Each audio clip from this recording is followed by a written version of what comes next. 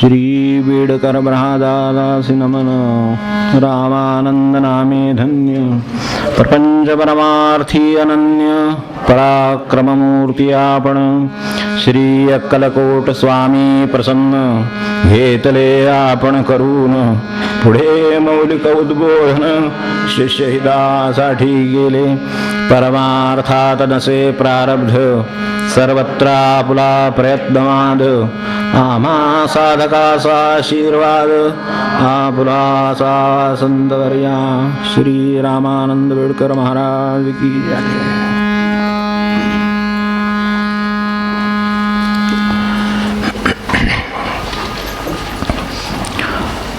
आज शनिवार आहे, उपासनेचा दिवस आहे. योगायोगाने बेडकर महाराजांची पुण्यतिथी आहे. फाल्गुन वद्य दशमी आणि त्यांच्या 100व्या पुण्यतिथीचं हे वर्ष आज सुरू होत आहे. पुढच्या वर्षी 100 वर्ष जाऊन होतील.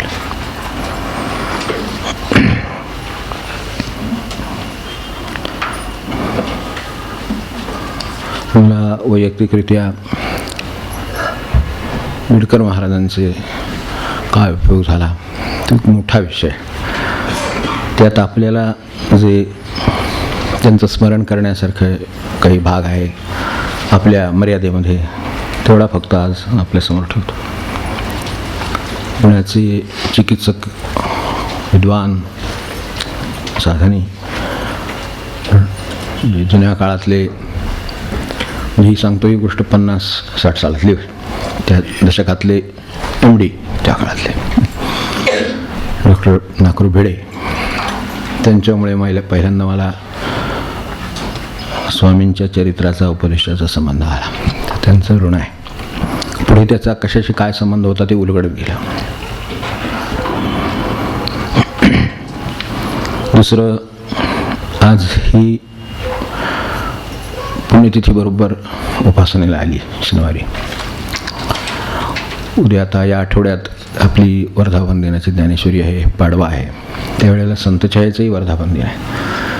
तो वर्धापन दिन होण्यापूर्वी 4-5 दिवस आम्ही इथे येऊन राहायला लागलो होतो. त्यावेळेला पहिल्यांदा बेडकर महाराजांच्या पुण्यतिथीच्या म्हणजे आजच्या दिवशी इथं त्यांचा फोटो ठेवून खाली देवघरात सुरुवात केलेली आहे. त्याला आज 6 वर्ष झाली. असे काही योगायोग याच्यात आहेत. तर त्यांच्याच कृपेने ही पुढे हे अर्धतपाचं जे काही उपासना चालू आहे ती चालू आहे. त्याच्यामागं स्वामी आहे, त्याच्यामागं प्रभू आहेत, महाराज आहेत. अशी सगळी त्यांची इच्छा आहे म्हणून आज पाहायला मिळते. म्हणून त्यांचं स्मरण, त्यांनी काय शिकवलं त्याच्यामधलं किंवा जागं केलं त्याच्यामधलं काय महत्त्वाचं असेल तर प्रपंच पण शिकवला आणि परमार्थ पण शिकवला.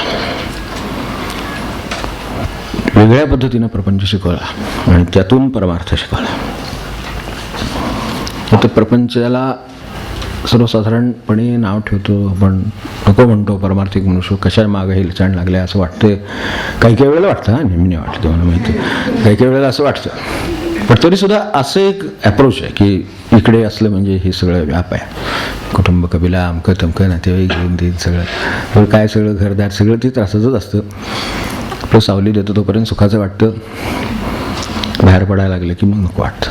तर असं आहे. मग याच्यात त्यांची शिकवण्याची पद्धत आहे, ती प्रपंचाकडे किंवा बघण्याची जी पद्धत आहे ती एक वेगळी आहे. ती आपल्याला उपयोगी पडली, मला उपयोगी पडली, एवढं खरं. त्याच्यातून परमार्थ कसा साधावा हे पण त्यांनी त्यांच्या पद्धतीने सांगितलं. त्यांचं सांगणं रोखठोक आहे, अधिक हे आहे, सरळ थेट तिखट असं आहे.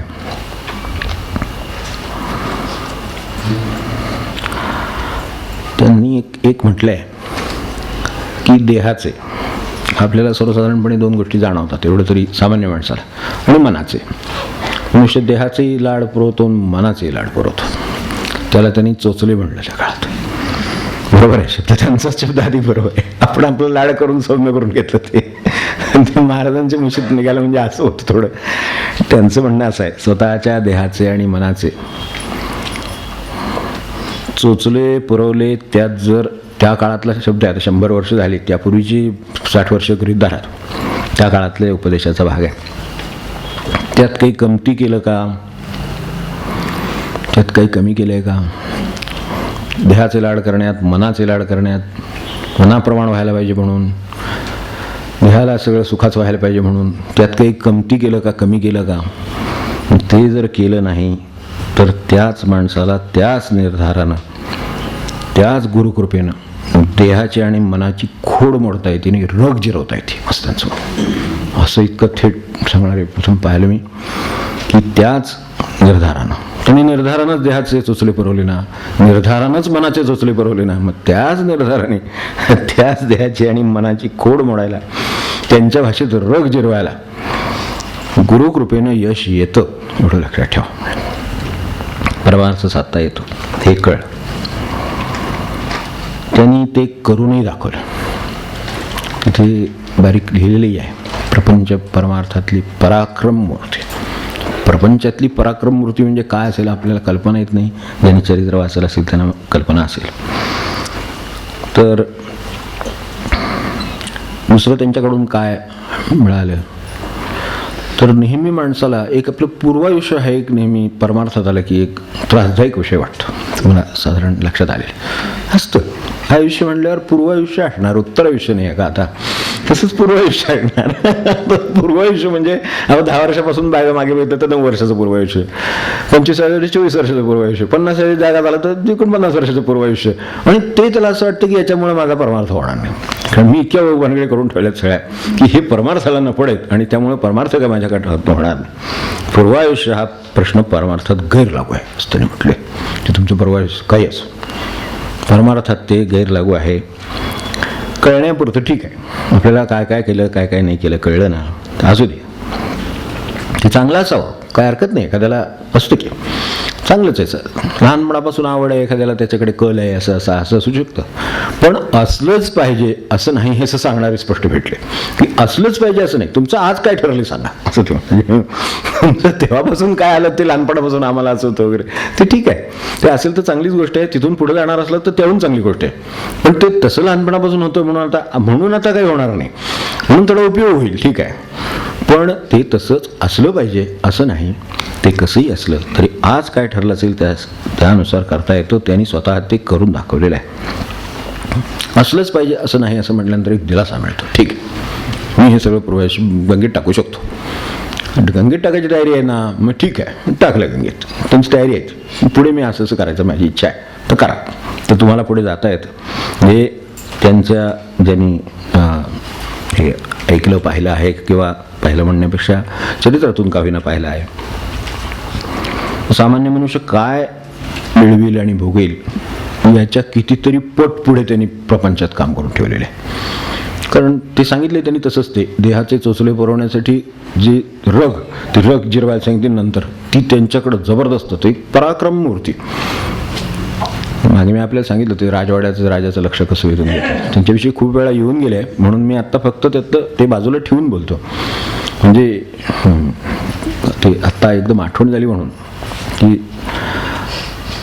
परक्या गावामध्ये, राजधानीमध्ये, वेगळ्या राज्यामध्ये जाऊन हे सुगंधीचे व्यापारी, ते लक्ष राजापर्यंत पोचणं ही गोष्ट आपल्याला माहिती आहे. वाटेत किती लोक लागतात तेव्हा राजापर्यंत जाता येतं. आजही तेव्हा असणारच की, त्यात काही फार मोठा फरक नाही पडलेला आणि पडणार पण नाही.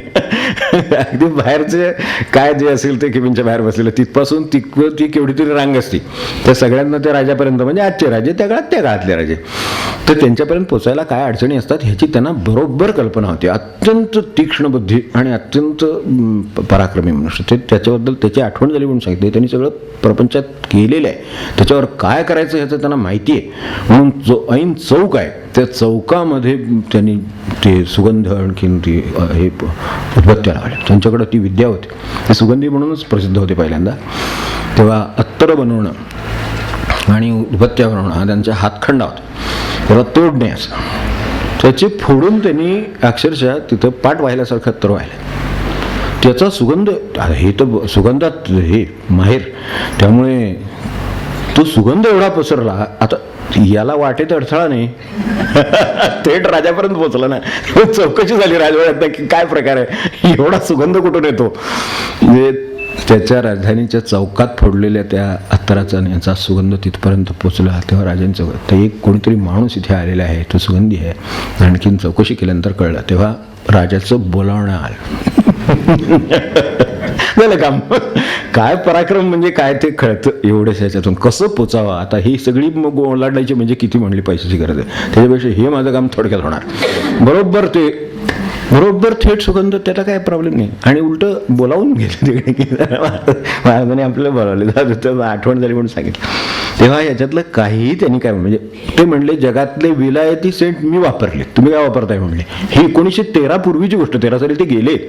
आपण कल्पना करून बघा की 10 साली किंवा 5 साली किंवा काय 1900 साली इंग्लंडमधला एखादा किंवा बाहेरच्या परदेशातला एखादा सेंट वापरण्याची त्यांची हौस होती आणि कुवत होती. ह्या माणसाच्याकडून परमार्थ शिकतो आपण. म्हणजे ह्यासाठी मुद्दाम सांगतोय की त्यांचं स्मरण करण्याशिवाय राहावं नाही. म्हणून आज हे आपण पुन्हा आपल्या नेहमीचे स्वामींनी आपल्याला दिलेलं आहे एक दिवस. निरंजन स्वामींचंच आहे, पण ते पुन्हा स्वामींचेच. हे अक्कलकोट स्वामींचे आहेत. त्यामुळे शेवटी हा असा बाय देण्याचं कारण माझ्या लक्षात आलं की आठवण करून दिली की हे त्यांचं आज आहे बरं. पण ते मला घरातून आठवण झाली स्वामींची आज पुण्यतिथी आहे. बरोबर आहे म्हटलं. आणि ती पुन्हा 100व्या पुण्यतिथीची सुरुवात आहे. तर असं करणारा माणूस आहे. ते म्हणले तुम्ही काय वापराल, तुम्ही काय श्रीमंतीच्या तुमच्या काय कल्पना आहेत सांगा. राजे रजवाड्यांची जी श्रीमंती नाही तेवढी श्रीमंती मी स्वतः अनुभवलेली आहे. तितकीच गरिबी अनुभवलेली आहे. दोन्ही गोष्टी माहिती आहेत. तितकंच सगळं त्याग करूनही बाहेर पडलेलं आहे. काय आपण निगेटिव्ह म्हणजे आपल्या दृष्टीने आता निगेटिव्हमध्ये खूप असेल, मग त्यात काय आपल्याला जायचं काही कारणच नाही. पण कसं आहे की पूर्वायुष्याचा त्यांनी का उल्लेख केला तर गांजा चरस काय भांग काय अमकं काय तमकं काय सगळं पचवून बसले वळले. काही याच्यातलं माझं काही राहिलेलं नाही. तुम्ही काही काळजी करू नका, याच्यामुळे काही परमार्थ अडत नाही, स्वामींची कृपा नडली नाही. आता तिथं जेवढी रग लागेल करायला लागेल, जेवढं जे हे शक्ती लागेल चोचले पुरवायला, जेवढे कष्ट काय जे लागेल निर्धार फक्त उचलला नाही इकडं, त्यापेक्षा काही नाही. तेव्हा परिसीमा आहे. त्यानं किमयेची विद्या होती. आपल्याला मागे मी बोललोच होतो. किमयेच्या विद्येनं त्यांचं कधी नडलं नाही. एवढी श्रीमंती आणि हे सगळं बोलतो, हे सगळं का त्यांना शक्य झालं तर त्याच्यामध्ये हा पण एक भाग होता. किमया ही एक विद्या होती. वनस्पतींच्या विद्या त्यांना अवगत होत्या. म्हणजे आज ते वनस्पतींचं ज्ञान जरा लुप्तप्राय म्हणून आपण, मी नाहीसं झालं असं म्हणत नाही, ज्ञान नाहीसं होत नाही. काहीतरी त्याचा ट्रेस कुठेतरी असतो. तो कुठेतरी एखादा तुम्हाला कोणीतरी माणूस भेटेल, कुठेतरी नर्मदेला गेला, ह्याला गेला, हिमालयात गेला, कुठेतरी एखाद्या ठिकाणी बसलेला माणूस सांग ही ते हा पाला खा, होईल बरं होईल, संपलं असं सांगणारी माणसं भेट आणि ती होत. ती एक विद्या आहे. तशी वनस्पतींचे चमत्कारांसाठी सुद्धा वनस्पतींचा वापर करण्याची एक विद्या आहे. अशा अनेक विद्या त्याने येत असत. त्यातली किमयेची विद्या होती सोनं करण्याची. त्यामुळे नड नाही, काय नड कधीच नाही. ती विद्या त्यांना होती. ती स्वामींनी काढून घेतली. आपल्याला माहिती आहे तुला जर परमार्थ करायचा असेल तर ही विद्या मला द्यावी लागेल. विद्या मला दे तर परमार्थ होईल. असंही जीवन आहे, असंही जीवन त्याने अनुभवलेलं आहे. त्यामुळं ते पूर्वायुष्य असंच असलं पाहिजे आणि तसंच असलं पाहिजे असं काही नाही. हे का म्हणलं तर ह्याचा संबंध पुन्हा एक माणसांच्या एकमेकांचे निरीक्षणाशी असतो की त्यांना काय पहिल्यापासून सगळं वातावरण मिळालं वगैरे, त्यांना मिळालं ते जायचे तिथं जातील कुठे. ते आपल्याला जे काही मिळाले ते परमार्थाला नडणार नाही असं त्यांचं म्हणणं आहे. म्हणून लक्षात ठेवण्यासाठी सांगितलं. लहानपणापासून संस्कार मिळणं, अमकं करणं. त्यावेळेला काय कळलंच नाही, प्रपंच करत बसलो. ते ठाऊक नव्हतं, नाही तर आम्ही केलं असतं. आता ठाऊक झालंय ना, आता करू. असल्या अडचणी काही सांगण्यात अर्थ नाही. सर्वत्र आपला प्रयत्नवाद, आत्ता जे सांगितलं ना ते तेवढ्यासाठी. इथेच होता ठीक आहे, वेळ कमी राहिला, अमकं झालं तमकं झालं, अनेक वर्षाची सवय आहे, कशी सोडणं, काही सांगू नका. इथे कुठलेही कारण सांगायचं काही कारण नाही असं त्यांनी स्पष्ट सांगितलं. याचा उपयोग झाला मला ते हे सांगितले. ते 6-7 उपयोग हे. तेव्हा आणि एक त्यांनी सांगितलं प्रपंचात माणसाला नेहमी एक अनुभव आलटून पालटून, मी म्हणतो नेहमी म्हणजे या अर्थाने की मधून अगदी रोज उठून येतो असं नाही, पण जगाचा कंटाळा येतो, माणसांचा कंटाळा येतो. तुम्हाला येतो की नाही मला माहिती, पण साधारण अनुभव असा आहे. अगदी कोणी झाली कोणाची झाली, यांचं त्याला काय आणि त्यांचा ह्याला काय, यात सुद्धा काय फरक नाही. माणसाला म्हटलं असं म्हणायचं कारण नाही की आमच्याला कोणाचा कंटाळा आलाय असं नाही, पण एक नको वाटतं. काय नको ते जग नको असं वाटतं. तर त्यांचं म्हणणं असं आहे की जगाचा कंटाळा जसा प्रपंचात येतो तसा परमार्थात सुद्धा येतो. तसं काही तुम्ही त्यावर जाऊ नका की तिथे गेल्यानंतर सगळं जग चांगलं आहे, छान आहे, आपण अगदी असे आनंदात राहणार, तरंगत वगैरे, तसलं काय. सगळं जमिनीवरच राहणार आहोत, कारण आपण इथेच राहणार आहोत. तुम्ही काल प्रपंच करत होता आणि आज परमार्थ करत होता, म्हणजे काय जग काय तुमचे चांगलं वागेल असं का तुम्हाला वाटते? जे बघायचं जो वागणार आहे म्हणून. तर तिथे जो कंटाळा आला तोच त्यांचा येणार, तो जिथे पण येईल. त्यामुळे त्याच्याशी त्याचा काही संबंध नाही, एवढं लक्षात ठेवून राहावं. तेव्हा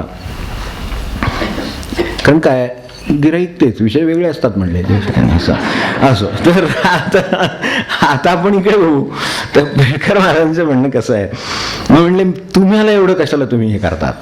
तर आता त्यातून सुटल्यानंतरच्या ह्या गोष्टी पुढचे आपल्या प्रश्न येतो उपदेशाचे काय अड्डा मुद्दे बघण्यासाठी, बसतात मुद्दे बघण्यासाठी.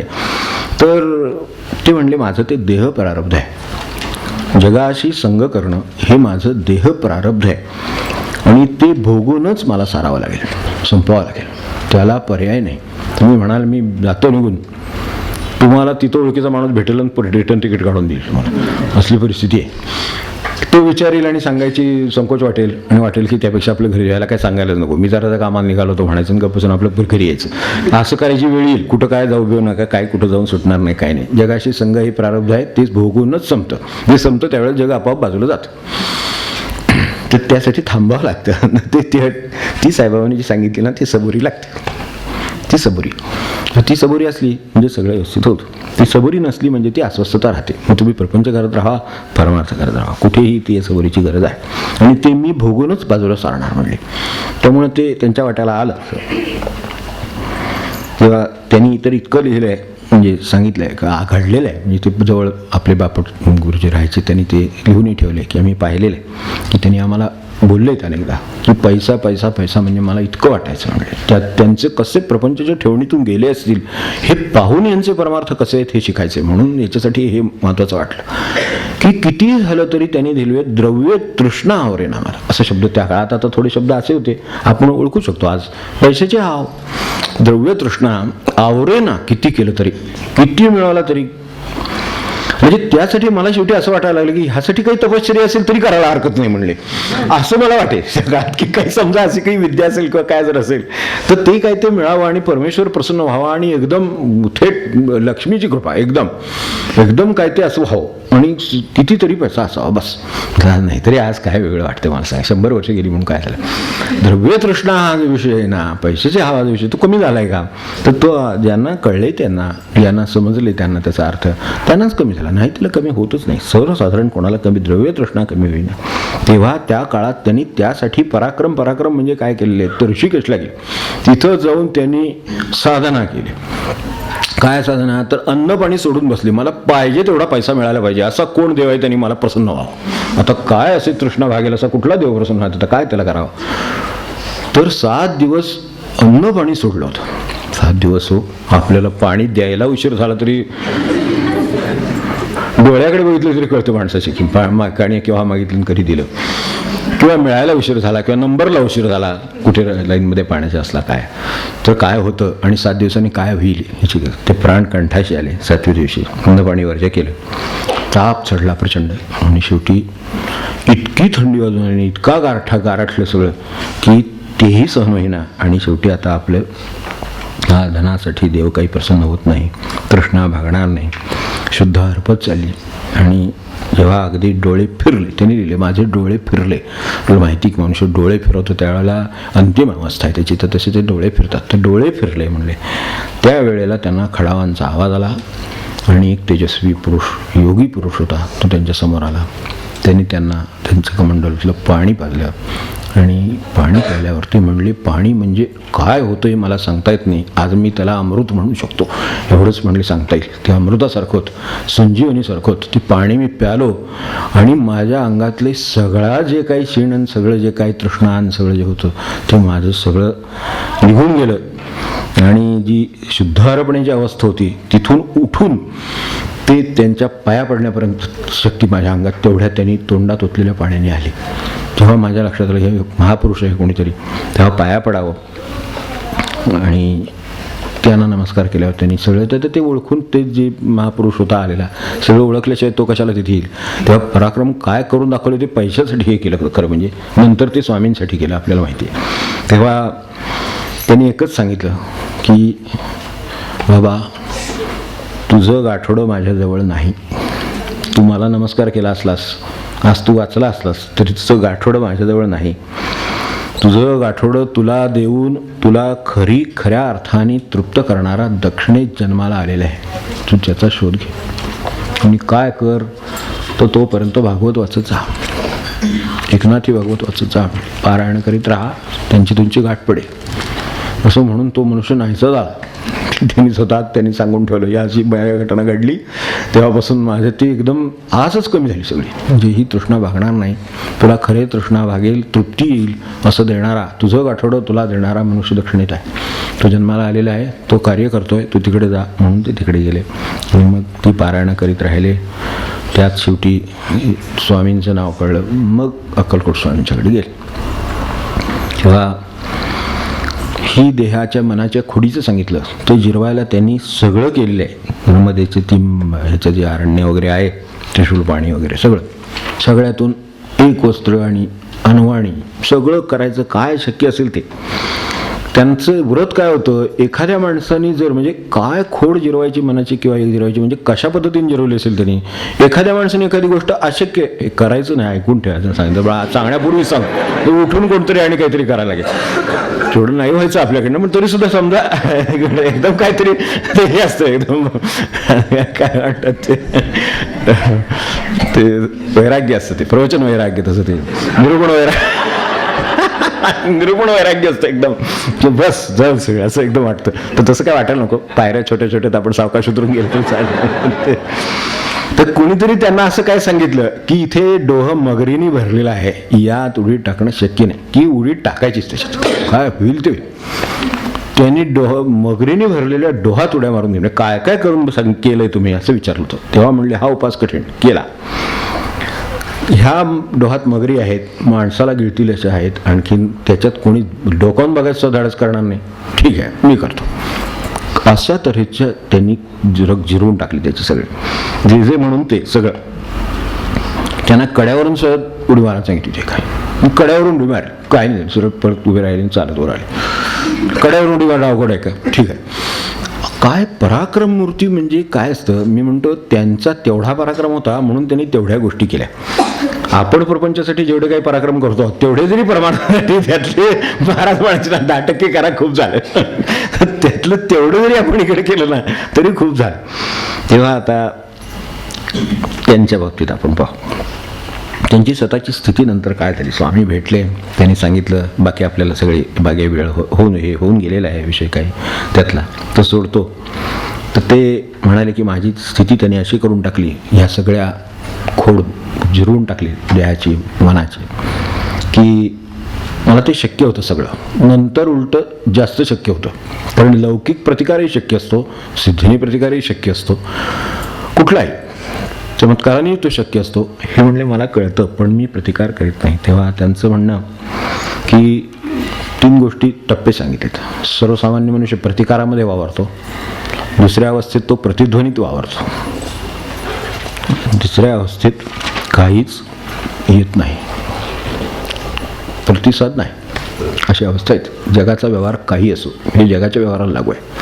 जगाच्या व्यवहाराला अरे का काय आपण म्हटलं पाहिजे वगैरे वगैरे आपण म्हणतो, हो की नाही. पण ते एका पातळीवर बरोबर आहे, ती ह्या पातळीवर असतं. प्रतिकार जी कृती झाल्या त्याच्या प्रतिकाराची कृती ही प्रतिकाराची कृती आहे. दुसरी प्रतिध्वनीची असते, जेवढ्याच तेवढी, ती वेगळं काही करत नाही.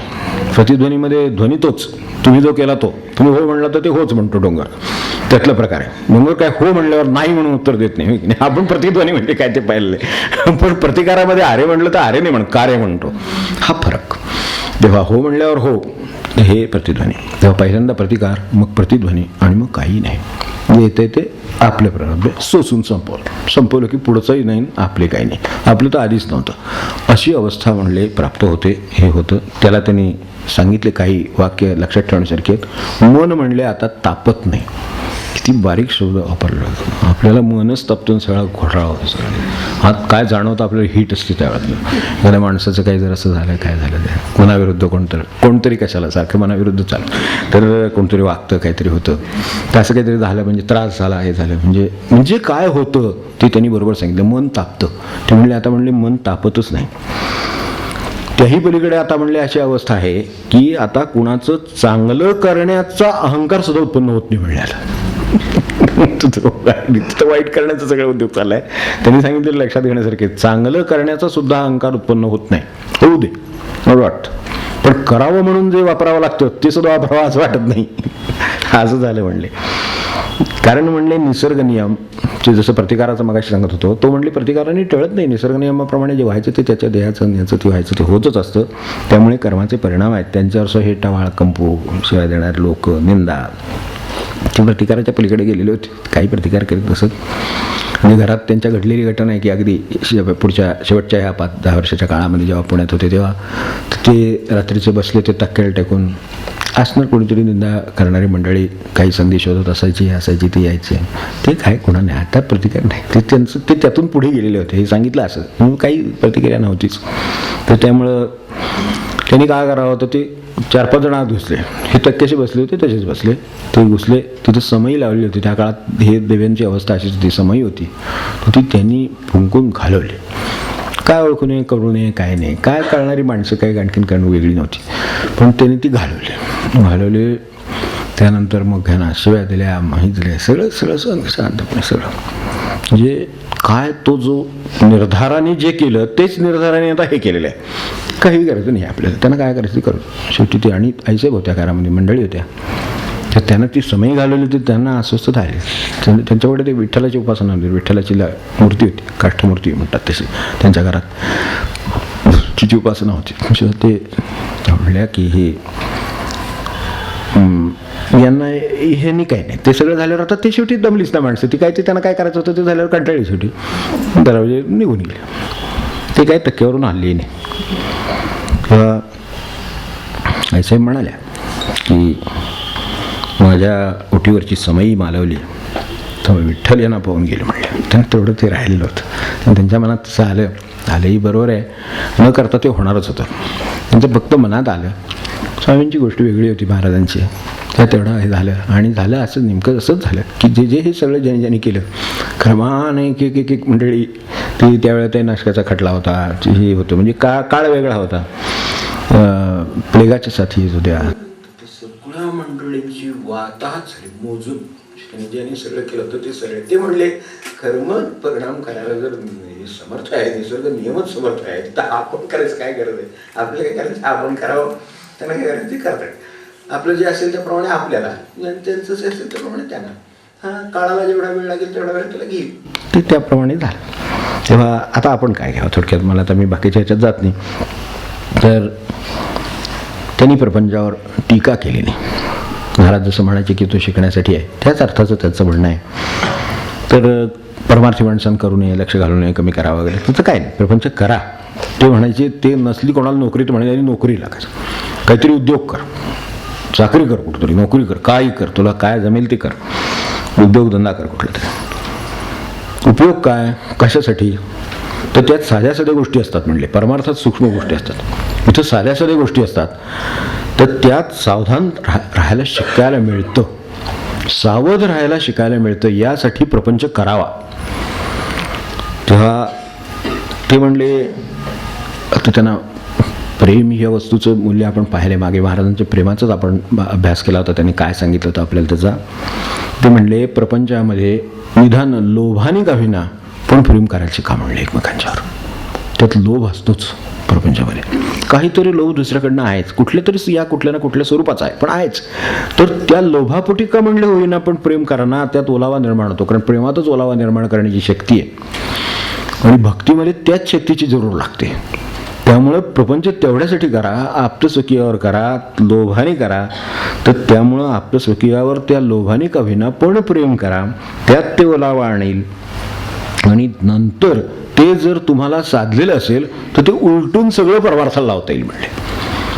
तुम्हाला जर हेच जर नाही जमलेलं असेल तर ते उलटवणार काय आणि तिकडे कुठून निर्माण होणार. ज्याला माणसाचंच प्रेम लागलेलं नाही त्याला देवाचं प्रेम कशाचं लागेल? ज्याला माणसाचं प्रेम म्हणून माहिती आहे त्याला त्याच्या जागी देवावर प्रेम करणं हे फक्त इकडून तिकडे नेण्यासारखं आहे. याच्यापेक्षा काही नाही. त्याचे मूळ त्याच्याकडं ते उगवलेलं आहे किंवा त्याच्या ठिकाणी निर्माण आहे, त्याच्या ठिकाणी तो ओलावा आहे, तर तो फिरवता येईल. ते म्हणजे उलटून त्यांचं म्हणणं असं आहे की उलटून तेच परमार्थात लवकर लावता येतं. आणि त्यासाठी ते त्यांचं तर म्हणणं अगदी असतं, कडक असतं. ते म्हणले तुमच्या स्वार्थात सुद्धा ओलावा नाही. तर पुढचं काय सांगायला नको. स्वार्थात तरी ओलावा ठेवा. म्हणजे स्वार्थात सुद्धा कडक राहणारी माणसं बघितले ना आपण. स्वार्थात तरी कडक राहू नका, स्वार्थात तरी ओलावा ठेवा. तोच तिकडे परमार्थाला लागलो. परमार्थात ओलावा येणार कुठून? आणि ओलाव्याला भाव लागतो, भाव देव नाही, ते सगळं पुढचं अडकतं.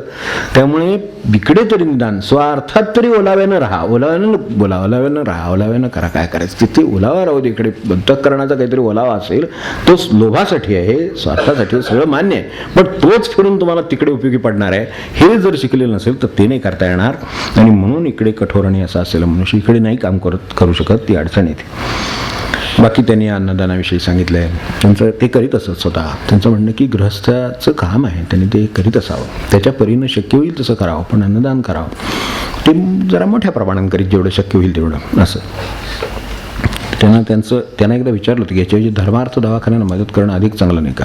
हे तुम्ही जेवायला घालताय, ही माणसं लायक असतात नसतात आपल्याला काय माहिती, त्यांचं हे कुठे आहे, योग्यता कुठे असते काय?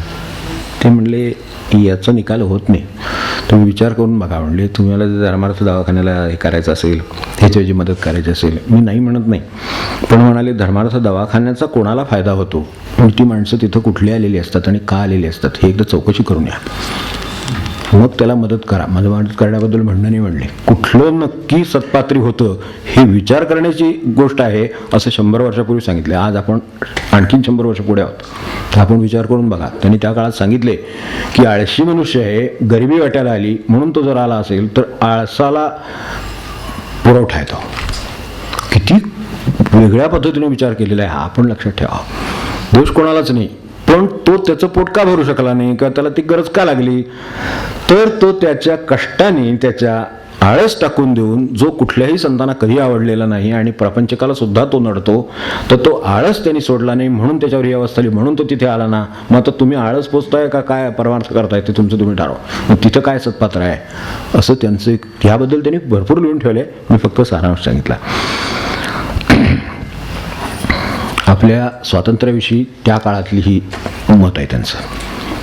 ते म्हणाले इंग्रज फटाके वाजून आपण होऊन जातील, स्वातंत्र्य कर्तबगारीनं मिळतं ही कल्पना भ्रामक आहे. इतकं स्पष्ट त्यांनी लिहून ठेवले. तिथे पुढच्यानी लिहिले, आता पुढच्या आवृत्त्या निघाल्या त्यावेळेला त्यांनी लिहिले. हे खरं काय आहे आणि खोटं काय ते आपल्याला आता कळलेलं आहे. ते म्हणले त्यांना हे परवडणार नाही आहे सांभाळणं, त्यावेळी ते सोडतील. आणि खरं सांगायचं तर आतून आपण ओळखावं काय ते, खरं सांगायचं तर ओळखून आपण सांगा. आता बाहेर काय बोलणं नाही, भारत माझा देश आहे, ठीक आहे, ते आपलं ते इथे चाललेलं आहे, ते सगळं छान आहे वगैरे.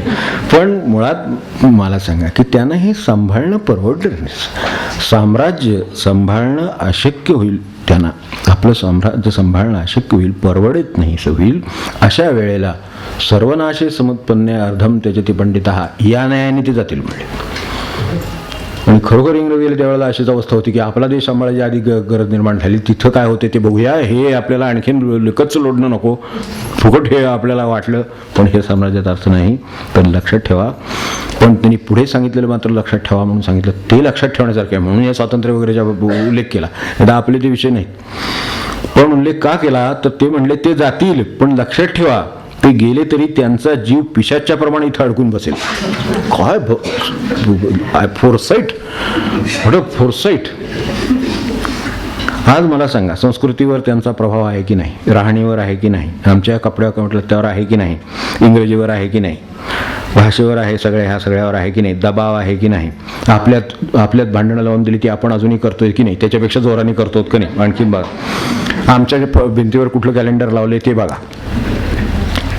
पिशाच्या प्रमाणे इथे ते राहतील, लौकिक सोडतील, परवडणार नाही ना म्हणून सोडणार आहेत, आपलं शौर्य म्हणून नाही सोडणार, त्यांच्यासाठी परवडत नाही म्हणून सोडतील, पण पिशाच्या प्रमाणे त्यांचा जीव इथे अडकून राहील आणि त्याचा आपल्याला जास्त त्रास होईल. तुम्ही आणि खरोखर त्यांनी सगळं त्याच यानं प्रभावाने हळूहळू करत आपल्याकडे उद्ध्वस्त झालं. सगळे अगदी कुटुंब व्यवस्थेपर्यंत खाली येऊन पोचलं. जिथे बरोबर महाराजांनी तिथंच बोट ठेवलं होतं त्या कुटुंब व्यवस्थेपर्यंत आलं. आणि मनुष्य हे म्हणतो नाही ते म्हणतो घटस्फोट आहे, त्याला काय आवडतं? अरे घटस्फोट आहे त्याला नाही तसं काय, तो त्यातून पुढे काय नाही, पुढे माहिती कुठे आहे. त्यामुळे हे आणून ठेवले इथे आणून ते पिशाच्या प्रमाणे वावरतील हे जे सांगितले ना ते खरोखर पिशाच्या प्रमाणे वावरतात असं लक्षात आलं. कारण त्यांनी आता तुम्ही किती म्हणजे मागे एक फक्त रेफरन्स मी सांगितलं होता, आजच्या परिस्थितीत सांगतो बघतो जाताना की खरोखर हे पिशाचेवत आपल्या मागे लागलेले जे कायदे कानून आहेत त्यातले किती कायदे कानून आपण निर्माण केले. मला सांगा, त्यांना वाटलं त्यांनी कॉपीराईट आणला, त्यांना वाटलं त्यांनी मॅरेज ॲक्ट आणला, त्यांना वाटलं त्यांनी कॉन्ट्रॅक्ट आणलं, त्यांना वाटलं त्यांचे जे कायदे होते ते, कारण शेवटी ते राज्यकर्ते होते, त्यांनी इथे आणले, इथे ढाच्यात बसवून टाकले आणि आपल्याला काय पर्यायच नाही, आपण स्वीकारले. पुढे आपले म्हणून कायदे आपल्या संस्कृतीला लागू होतील असे कायदे नाहीत आज. म्हणून परिस्थिती अशी आहे बघा. मला बारीक लक्षात येतं तेव्हा कळतं की ते वावरतात म्हणजे त्यांनी जे पिशाच्या प्रमाणे वावरतील म्हणून सांगितलं ती मनोवृत्ती वावरली, आज वावरती आहे. आज मला हे कधी लक्षात आलं की हे कुटुंब संस्थेवर कसं येईल हे त्यांनी त्या काळात सांगितलं होतं. तर ते म्हणले ते आज खरं ठरलं. मॅरेज रजिस्ट्रेशनचा फॉर्म बघा, त्याच्यामध्ये आई वडिलांच्या सहीची गरज लागत नाही. हे आपल्यात नाही आहे कुठे.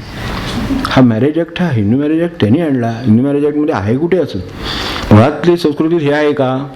त्यांच्या प्रेझेन्सशिवाय किंवा संमतीशिवाय काय होतं का? त्यांचं होतं, ते आले आपल्याकडे.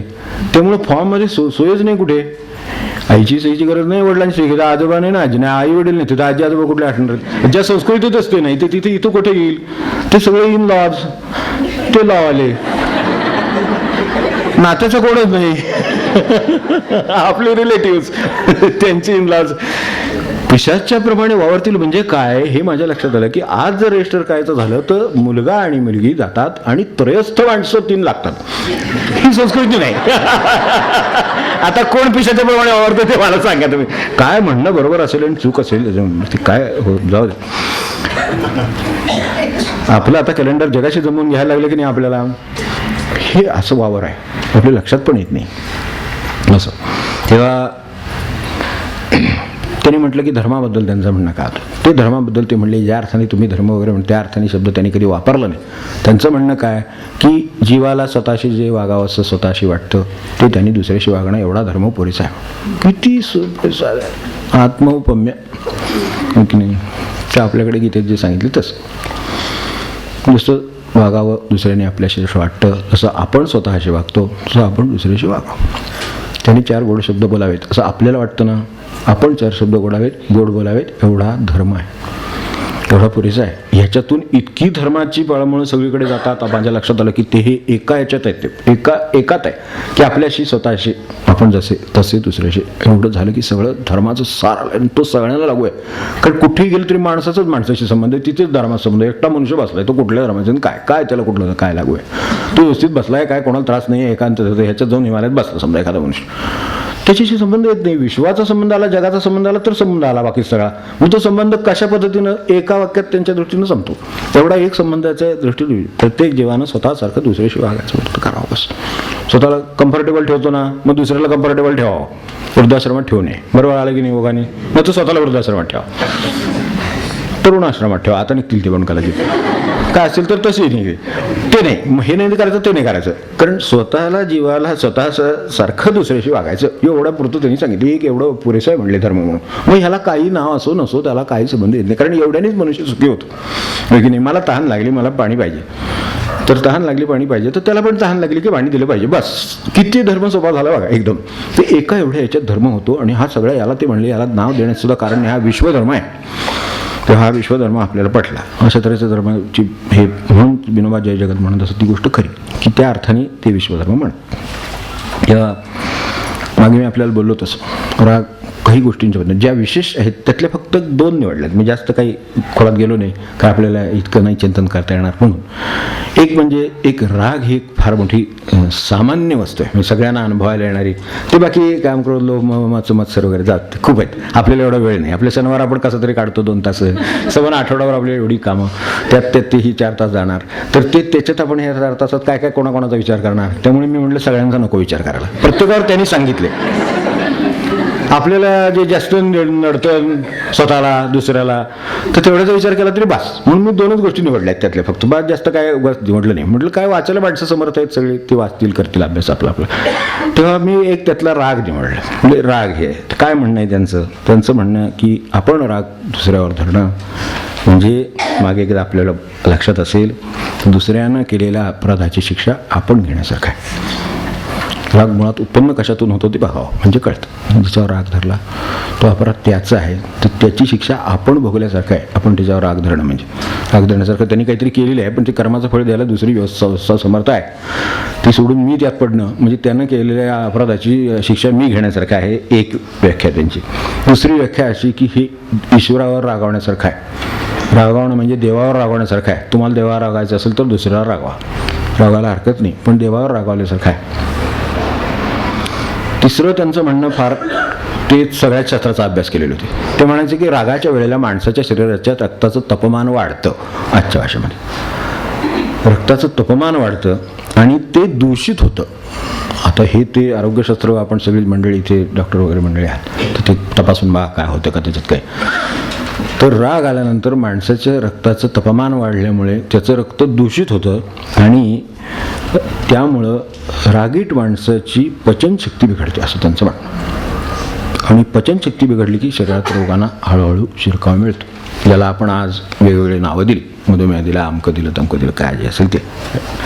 तर ह्यांना प्रवेश मिळतो तो मूळ तिकडून मिळालेला आहे एवढं लक्षात ठेवावं. म्हणजे ते शत्रू आहेत ते कशासाठी आहेत, तर म्हणजे अशा मार्गाने ते शत्रू आहेत. बाकी ते परमार्थात वगैरे त्या धोंडी बेंडी ते सगळं नंतर बघू, पण मुळात आधी आपलं काय काय होतं ते त्यांनी सांगितलेलं आहे. आणि त्याचं मूळ जर तुम्हाला काढायचं असेल, जर मूळ शोधून काढून ते काढायचं असेल तर ते मूळ इच्छेत आहे एवढं लक्षात ठेवा. रागाचं मूळ इच्छेमध्ये आहे. त्यांनी त्या काळात रेल्वे इंजिन नवीन आली, वाफ आणि ते असायचं, त्यामुळे त्या भाषेमध्ये त्यांनी सांगितलं की इच्छा ठेवली तर रागाच्या इंजिनची गाडी पळत राहते म्हणली, की वाफ आहे तू वाफाच्या जोरावरती इंजिन पळत राहते म्हणले. रोखून आवरून धरावं तर आत फडफडत ध्वंसत राहतं. बरोबर आहे. ह्या रागाच्या अवस्था आपल्याला माहिती आहेत की नाही, म्हणजे मला तरी माहिती आहेत. रागात तडफड होती माणसाची राग असला म्हणजे, हो की नाही. जर बाहेरच टाकायला गेलं तर ती गाडी पुढत जाते मग, हां म्हणजे हेही होतं. त्यापेक्षा म्हणले जर इच्छेचा नाशाचा एक थेंब जरी पडला तरी रागाचे इंजिन थंड होते. रागाचं इंजिन थंड थंड व्हायला सुरुवात होते. इच्छेचा थेंब जरी पडला, इच्छेचा नाश त्याच्यात मुळाशी इच्छा असते, त्याच्यातून हे उद्भवलेलं असतं एवढं लक्षात ठेवलं. आणि त्या इच्छेचं जर ती काढून घेतली तर त्याच्यावर थेंब पडतात, अक्षरशः पाण्याचे थेंब पडून ते शांत व्हावं.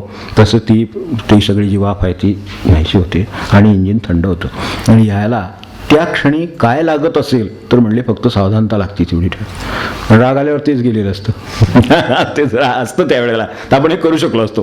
पण काय करणार हा प्रश्न आहेच ना. मला राग आला मी सावध आहे, आता पुढे काय करू, पुढे आता सावधपणे रागू का, सावधपणे तर तसं काही करता येत नाही. आपण सावध राहिलं की त्याचं मूळ कुठल्या इच्छेमुळे हा राग आला ते ओळखावं, तर ती इच्छा बाजूला करावी की राग बाजूलाच जातो, त्याचं काय होतच नाही पुढे. मग इच्छा काहीतरी झाली म्हणून राग आलेला आहे, ती इच्छा बाजूला करा म्हणजे होईल. आणि दुसरं मी निवडलं ह्याच्यातलं ते मत्सर. ते म्हणले की लोभमोह मद मत्सर सर्वात शेवटी म्हणले. त्यामुळे म्हणले सर्वात पहिल्यांदा काम म्हणजे इच्छा जी ठेवली आहे ती म्हणले वरवरच गाठ पडते, लगेचच गाठ पडते. ह्याची गाठ हे मग खोल आहे म्हणले, तो शेवटी आहे त्याचं कारण तो खोल आहे, तेव्हा त्याची वरवर गाठ पडते म्हणले पहिल्या शत्रूची. पण ह्या सर्वात शेवटच्या शत्रूची गाठ म्हणले खूप उशिरा पडते, कारण तो जाणवत पण नाही इतका तो खोल असतो. तेव्हा तो म्हणले असतोच. तर त्याचं त्यांनी ॲनालाइज जे केलेलं आहे त्याच्यात ही आत्ताची ॲनालिटिकल पॉवर होती, ती सुद्धा त्यांची बघण्यासारखी त्याच्यातली. तेव्हा ते म्हणले काय लोभ आहे, ठीक आहे तो सुद्धा शत्रू आहे ना, मान्य आहे. पण लोभ धरला तर काय होईल, निदान कशात काहीतरी मिळेल तरी. समजा एखाद्या पैशाचा लोभ बाळगला, काय वस्तूचा लोभ बाळगला, 4 वस्तूचा लोभ बाळगला तर 2 तरी पदरात पडतील. म्हणजे लोभ बाळगल्यामुळे काहीतरी फायदा होईल. मत्सर बाळगल्यामुळे प्राप्ती काहीच नाही, ज्याच्यात काहीच प्राप्ती नाही अशी गोष्ट बाळगणं म्हणजे मत्सर म्हटले. ज्याच्यात स्वतःला काहीच प्राप्त होत नाही, मत्सरात काय प्राप्त होतं बघा, आपण दुसऱ्याचा मत्सर वाटला. तर त्याची त्यांनी व्याख्या केली की दुसऱ्याचं वर्चस्व, त्याचं श्रेष्ठत्व, त्याला मिळालेलं यश, काय त्याला मिळालेला लाभ, तो सहन न होणं ही जी मनोवृत्ती ती मत्सर म्हणले. अगदी स्वच्छ क्लिअर व्याख्या. त्याला वर्चस्व मिळालं, काय ते काय मिळायचं ते मिळालं. ही जी मनोवृत्ती आहे ती सहन न होणं, ह्या मनोवृत्तीला मत्सर म्हणतात. दुसऱ्याचं बरं झालेलं आवडत नाही, हे त्याचं लक्षण. ते जाणवायला लागलं की ओळखावं. दुसऱ्याचं बरं झालं, बरं वाटलं की आपल्याला काही या शत्रूचा त्रास नाही, बरं झालं, छान झालं, उत्तम असं वाटलं असेल तर काही त्रास नाही. पण त्याचं बरं झालं, ते आवडलं नाही, त्रास झाला कुठेतरी आत, की ओळखावं ही मंडळी आहे, खोल आहे, आहे. आणि त्याचा स्वभाव असा आहे ह्या मत्सराचा, ते म्हणले की आता त्याचा पाडाव कसा करता येईल हा म्हणले प्रश्न पुढे निर्माण करतो मत्सर. तर तो तळाशी असला तरी आतून प्रेरणा देतो तो, बरोबर. त्यामुळं त्याचं मेकॅनिझम कसं आहे ते सांगितलेलं आहे की त्याचा पाडाव किंवा पराभव करावा, कुठेतरी नामोहरम करावा अशी वृत्ती आतून निर्माण होते. हा त्याच्या पुढे मनाचे काय कार्यक्रम होतात ते त्यांनी सांगितले.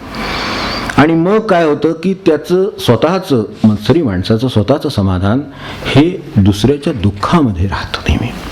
हे त्याचं वैशिष्ट्य म्हणून लक्षात ठेवायचं की दुसऱ्याला दुःख झालं, आता ह्याच्यात मला काय मिळालं, तर मला काहीच मिळालं नाही म्हणून म्हणले ते लोभात नाही, प्राप्ती तरी आहेत, प्राप्तीसुद्धा नाही. तर बिनप्राप्तीचे आपल्याला त्रास देणारा शत्रू म्हणजे हा.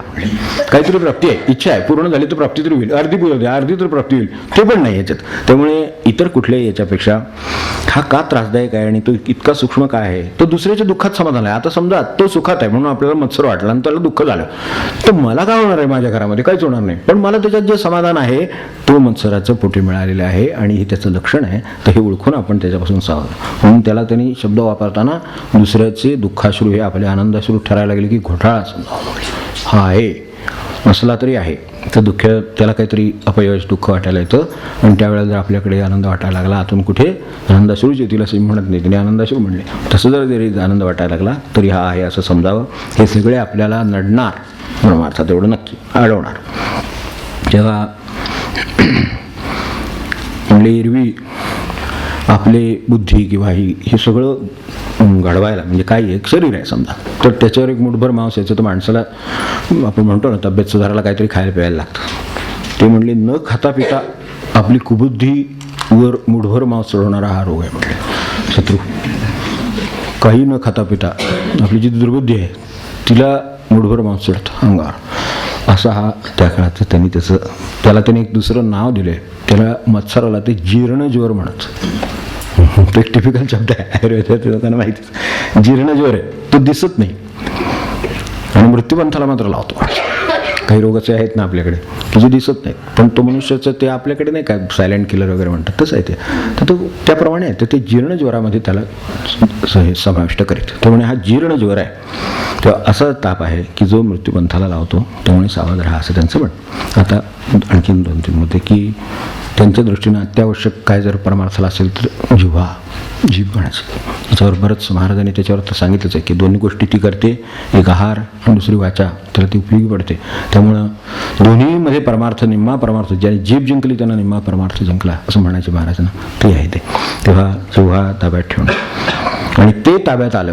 त्यांचं म्हणणं जिभेवर त्यांचा आहारावर भर फार असे, ते म्हणजे की सात्विक असलं अन्न तर ही जिव्हा ताब्यात येते आणि जिव्हा ताब्यात आली तर अन्न ताब्यात आल्यामुळे मन ताब्यात येतं. कारण मन अन्नाने बनतं, त्यामुळे आहाराने ते मन बनतं, ते ताब्यात यायला उपयोग होतो. अधिक लवकर आपले मनाचे बेत समजा एक सात्विक ठरलेले असतील तर ते पार पाडायला मनाची जी साथ लागते ती त्यामुळे मिळते. मग मन शुद्ध मन कर्म कुठली शुभ आहेत आणि कुठली अशुभ आहेत हे ठरवू शकतं. आपल्याला ते ठरवता येत नाही म्हणून मनुष्य कर्म करत सुटतो, तसं नाही.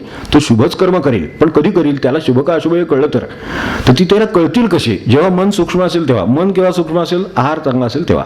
आहार कोण, तर जीभ तिकडे असं जोडलं त्यांनी, बरोबर. असं लक्षात ठेवायला हरकत नाही. दुःखाला अजिबात डगमगू नये त्यांचं म्हणणं. आपल्याला नेहमी जे नडणार आहेत तेवढेच फक्त या 2-3 गोष्टी घेतल्या. नेहमी दुःखाच्या तडाख्यात मनुष्य आला की झालं, सपाट झालं, त्रास सगळा. तो दुसऱ्यावर काय कोणतरी जबाबदार, दुसरा नेहमी दुसरा जबाबदार असतोच त्याला, त्यामुळे ते काय प्रश्न नाही. तर ते म्हणले हे आपली जीव आपली स्वतःचीच चावलेली आपण, आपल्याला दुःख झालं म्हणजे आपली जीव आपण चावल्यासारखं आहे. त्यामुळं त्याच्यात दुसऱ्यावर रागवण्यासारखं काही नाही. ज्या अर्थी दुःख झालं त्या अर्थी कर्माची चुकीचे परिणाम, काहीतरी कर्म चुकीची घडली म्हणून चुकीचे परिणाम आले. तर ते जे आले ते दुःखाच्या रूपाने आले, तर ते आपल्याला सोसावे लागतात. त्यामुळं त्याच्यात एकच फक्त आहे की ज्या वेळेला आपल्याला दुःख वाटायला येतं त्यावेळेला सावध होऊन चांगल्या कर्माकडे वळणं हे त्यातलं काम आहे. दुःख वाटायला येतं, कोणाच्या येत नाही असं नाही, आलं की त्यानं सावध व्हावं आणि चांगल्या कर्माला लागावं. हा दुःख किंवा भोग कोणत्याही प्रकारे जेव्हा वाटायला येतील तेव्हा त्याच्यातून घ्यायचा बोध काय असं त्यांना विचारलं. तर दुःख आणि हे जे भोग वाटायला येतात. आजारपणाच्या रूपाने येतील, कोणाच्या संतापाच्या रूपाने, कोणाच्या कशाच्या संबंधाने येतील, काहीतरी येतं असं वाटायला. तर ते वाटायला आलं की ओळखा की आपले कर्मच चुकते काहीतरी, तर ती बदलली पाहिजे, म्हणजे हे बदलेल. असं माझ्या परिस्थितीला दुसरा कारण आहे हा भ्रम आहे. माझ्या परिस्थितीला मी कारण आहे. काहीही परिस्थिती असली, मागे एकदा आपण ह्याच्यावर विचार केला होता. आणि देहाचा कंटाळा करू नका ते पण म्हटलं होतं. कर्मभूमी अंतरते, तुमचा शब्द फार चांगला आहे, म्हणून परत परत लक्षात ठेवा. कर्मभूमी अंतरते आपल्याला, म्हणून देहाचा कंटाळा करू नये. कारण त्याच कर्मभूमीतून आपण सत्कर्माची पिकं काढू शकतो आणि त्याच्या सहाय्याने भगवंत जवळ येतो. तो देह गेला की कर्मभूमी गेली, त्यामुळे शक्यता राहिली नाही. अशुभाचं सोडा, पण शुभ करायला कर्म करायला तरी आपल्याला देह पाहिजे ना. तर तो आहे, तर त्याचा काही कंटाळा करू नये. त्याला नाही तर तेव्हा नेईल, ठेवायचं तर ठेवेल, असं राहावं. म्हणजे म्हणले ते बरोबर राहतं. तर त्यासाठी कर्मांनी मुक्त होण्याचा जो मार्ग आहे तो एकदम खुंटतो, म्हणून देहाचा काही कंटाळा करू नये, त्याची काळजी घ्यावी आणि राहावं व्यवस्थित. दैव मागे बोललो तसं परमार्थात दैवाचा विषय काढू नका. तिथे त्यांचं त्यात बाकीचं आपण ऐकलं आहे. एक वाक्य सांगण्यासारखं आहे की ध्यानाला आपण बसला आहात तर आपल्याला उठवील, किंवा हातातले गीतान भागवत काढून घेईल, किंवा देवाला निघालात तर तुम्हाला मागे खेचील. एवढा दैवाचा तुमच्यावर ताबा नाही, एवढं लक्षात ठेवा. आता काय करायचं तुम्ही काय. आता तुम्हाला जायचं नसेल आणि तुम्हाला निमित्त पाहिजे असेल तर त्याचा उपयोग करून घ्या. याच्यापेक्षा दैवाचा काय उपयोग नाही. जायचं नसलं तर मग हे सांगू शकता तुम्ही, मी निघालो होतो नेमके, मग ते आले, मग आता काय करू. त्यांना बसायला सांगा, जाऊन या देवाला. बसतील 10 मिनिटं, आपलेच आहेत ना. पण नाही, ते आल्यामुळे मला म्हणजे ते तुम्हाला निमित्त हवं आहे, मग ते निमित्त म्हणून वापरा. दैव आडलं म्हणू नका. मला देवदर्शनाला जायचं तर मी जाऊ शकतो, त्यांना घेऊन सुद्धा जाऊ शकतो. की माझी इथून काय इथे मारुती आहे, आता समजा शनिवार आहे, मारुतीला जायचं, इथून मारुतीला जाऊन यायचं म्हणजे 15 मिनिटाचं काम आहे, 10 मिनिटाचं काम आहे समजा. तर ते 10 मिनिटांनी येऊ आले असते तर काय बिघडलं असतं, काय नाही बिघडलं असतं. तेवढं त्यांना सांगितलं बाबा असं शनिवार आहे, मारुतीला जाऊन येत असतो, जाऊन येऊ का, म्हणजे जाऊन काय मी येऊ का, या बरोबर. फिरत फिरत जाऊन जाता येतात, गप्पा होतील, दर्शन होईल, तुमचं देवदर्शन होईल, गिरसकावून घेईल. एवढा देवाचा आपल्यावर ताबा नाही, एवढं ते ठेवा. म्हणजे बाकीचे आहे ते निमित्त आहेत एवढंच. नंतर त्याग हा खरा मानसिक आहे, एवढं लक्षात ठेवावं. म्हणजे त्याग सगळ्यात मोठा आहे, पण तो मानसिक आहे. बाकीच्या कपनीन त्याग होत नाही म्हणले, ती वरचं हे आहे, ते एक त्याला साधन आहे. पण खरा त्याग हा मनाचा आहे, आणि तो जमत नसेल तर अभ्यास तरी करीत असावा सतत या संबंधातला. आपण आता हे अभ्यासच करतो या निमित्ताने, ते अभ्यास असावा. तेही काही जमत नसेल तर निदान गुरूंची सेवा करावी.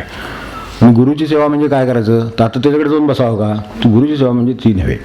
गुरुची सेवा म्हणजे त्याला संतोष होईल असं वागणे, गुरुंना संतोष होईल असं वागणं ही त्यांची खरी सेवा आहे, हे लक्षात ठेवा. मग तेवढं केलं तरीसुद्धा आता ती संतोष होईल असं कसं वागायला येईल, कोणाला कसं, हे त्याच्या परिस्थितीवर अवलंबून राहील. त्याच्या परिस्थितीत शक्य असेल तर त्यांनी करावं. तेव्हा आता शेवटचं म्हणजे आपली सध्याची परिस्थिती, की आपण कसे आहोत आत्ता आणि कुठे आहोत नक्की, हे जर समजून घ्यायचं असेल तर ध्यानासारखा आरसा नाही, ते मला अगदी पटलेलं आहे.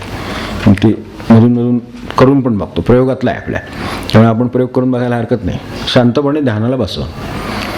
काय म्हणजे ते ध्यान म्हणजे ते कोणाचं आणायचं वगैरे तसलं काही नाही. डोळे मिटायचे, बघायचं की आपण कुठे आहोत ते कळतं लगेच बरोबर. डोळे मिटले की काय जे आपल्याला नडतं ते उभं राहतं बरोबर समोर. मग ते असं काहीतरी व्हायला म्हणजे आपली कितपत प्रगती झाली याचा एक अंदाज लागतो. त्यासाठी ध्यानासारखा आरसा नाही असं ते म्हटले. ध्यान हा आरसा आहे. ते बघितलं की आपल्याला कोणाचा राग, कोणाचं हे काय झालेल्या घटना, ते मनाविरुद्ध अमकं तमकं सगळे नाचायला लागतात समोर. ती ओळखा. मग अजून आपल्याला बरंच काम करायचं आहे, त्यामुळे अजून सध्या ध्यानाला नाही बसलं तरी चालेल. तो उठून ध्यानाला बसायचं, सगळ्यात चिंतन करत बसायचं. ते कशाला पाहिजे म्हणले, त्याच्यापेक्षा ते कसं कमी होईल ते बघितलेलं बरं. त्याच्यासाठी चांगले व्यवहार करणं आवश्यक आहे, चांगले सद्बुद्धी बाळगणं आवश्यक आहे, चांगले व्यवहार दुसऱ्याशी काय असेल ते करा, भाषा आहे ती बदलणं आवश्यक आहे, काय जे असेल ते ज्या शुभकर्म काय असतील ती करणं आवश्यक आहे, मग ती करावी.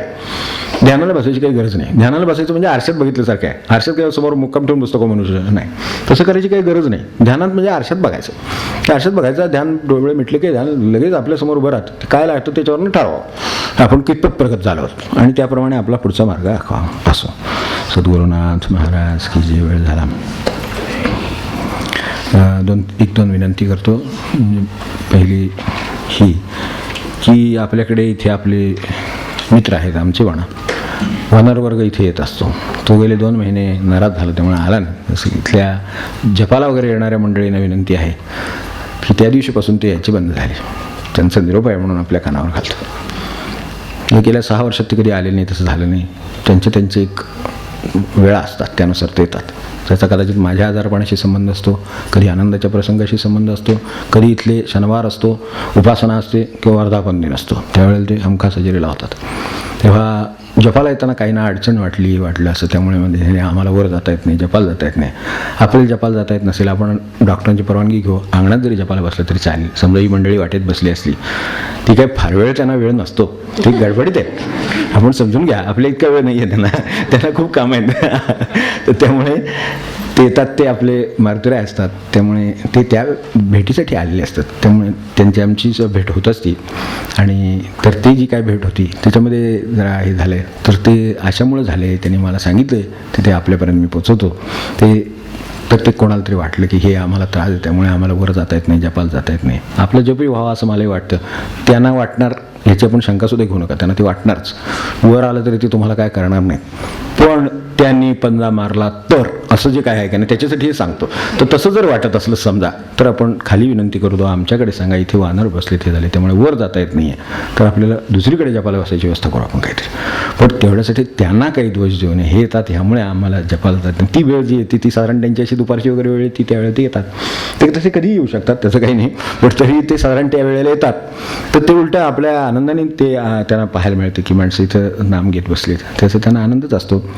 त्यांना काय त्यांचा दाय भाग असतो तो आम्ही देतो, ते जातात आनंदाने घेऊन जातात, बसतात शांतपणेवर असं. तर ते सगळी चौकशी करतात, तब्येतीसाठी येतात, सगळं असतं त्यांचं व्यवस्थित. तर ते आमचं छान आहे त्यांचं, तसं तुमचं पण छान राहिलं. तुम्ही काही त्यांना नव्हे तसं वर येत जावा, काही करणार नाहीत. तर हे सांगायचं होतं. आणि तेव्हापासून ते जे तसं म्हटले तेव्हापासून ते इथे आलेले 1 महिना त्यांना प्रार्थना केली, तेव्हा ते त्या झाडावर येऊन बसायला लागले. पण इकडे पत्र्यावर येण्यात पुन्हा प्रार्थना केल्यावर ते पत्र्यावर आले, पण त्यांनी खाल्लं नाही हातचं काही तेव्हापासून, असं आहे. तर मी प्रार्थना केलेली आहे. आता आपण आपल्यापर्यंत मला मदत करावी अशी आपली विनंती आहे की कधी ते आले, आपण काही काळजी करू नका, काय असेल ती जबाबदारी आमच्याकडे. आणि त्यातून आपल्याला असं वाटलं की नाही बाबा मला इथून जाताच येत नाही, असं कोणाचं काय झालं असेल, त्यांनी खाली घर आहे, इथे घर आहे, म्हणजे ते काही खाली बसत नाही, आमच्या इथे वरती इथून पुढे वर जास्त करून असतं. त्यामुळे तसं जर काय असलं तर सांगा, इथे कुठेतरी दुसरीकडे जपाची व्यवस्था करू. तर ते नाम घेणारी मंडळी, ते नाम घेणारेच आहेत, त्यांची कल्पना आहे. तर आता अपीअरन्स आणि आपल्याला हे मिळालेले देह हे भाग्याचे भाग आहेत सगळे प्रत्येकाच्या, तसं त्यांच्या वाट्याला ते आहे, पण ते जोडलेले आहेत भगवंताशी, एवढं आपण लक्षात ठेवावं. एवढी आपल्याला एक म्हणजे प्रार्थना होती, एवढंच फक्त. तर त्यांची नाराजी आहे लवकर दूर होईल अशी मी त्यांना व्हावी, अशी मी त्यांना इथं सर्वांच्या वतीने प्रार्थना करतो. त्यांनी आनंदाने यावं. उद्या संध्याकाळी 5 वाजता ज्ञानेश्वरीचा आदला रविवार हा, आता म्हणजे जरी शेवटी असलं तरी यावेळची ज्ञानेश्वरी याच आठवड्यात आहे, त्यामुळे तेव्हा मागच्या ज्ञानेश्वरीची CD संध्याकाळी 5 वाजता. नंतर येत्या आठवड्यात आता 23 तारखेला शुक्रवारी वर्धापन दिनामुळे महिन्याची ज्ञानेश्वरी शुक्रवारी संध्याकाळी 4 ते 6 नेहमीच्या ज्ञानेश्वरीच्या वेळेला. फक्त वर्धापन दिन असल्यामुळे 4ला हे सुरू करावं लागेल, नमनमाला वगैरे सुरू करावी लागेल, तेवढा एक अर्धा तास जादा लागतो. तर तो देण्यासाठी 4ला नमनमाला सुरू होईल. तेव्हा ज्यांना शक्तिबुद्धी मिळेल, माऊली हे देतील, प्रेरणा देतील, त्यांची पाडव्याच्या दिवशी 4 वाजता ज्ञानेश्वरीत भेट हो अशी प्रार्थना करतो. सद्गुरुनाथ महाराज की.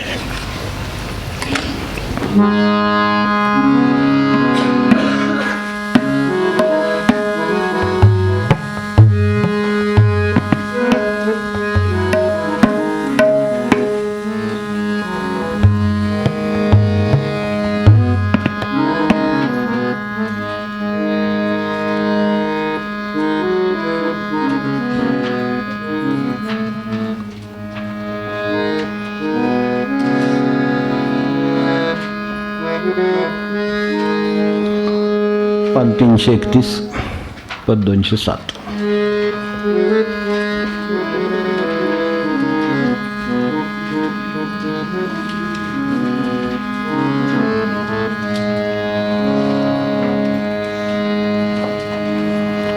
चुकल्या कर्माची करा क्षमा, चुकल्या कर्माची करा क्षमा, करा क्षमा.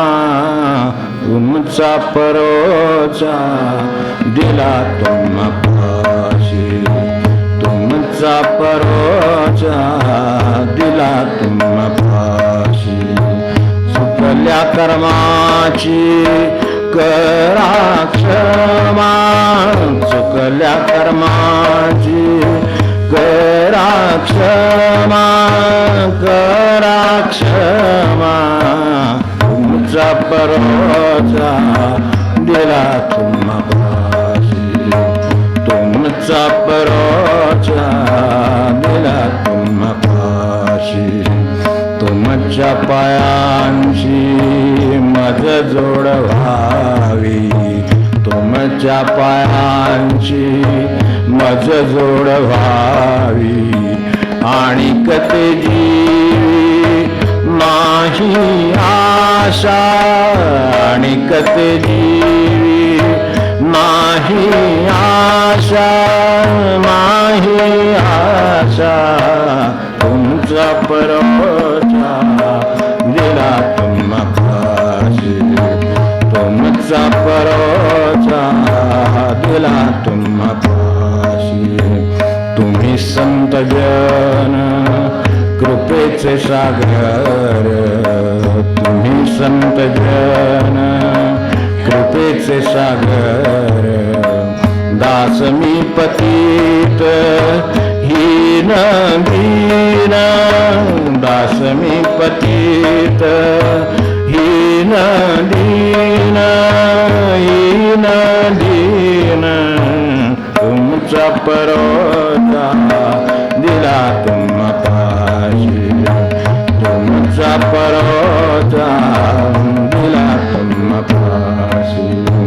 जय राम विठ्ठल तुमचा सेवक, जय राम विठ्ठल तुमचा सेवक.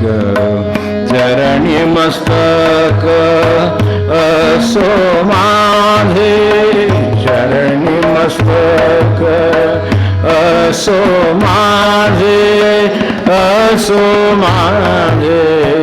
तुमचा परोचा दिला तुमचा परोचा दिला तुम्हा पाशी.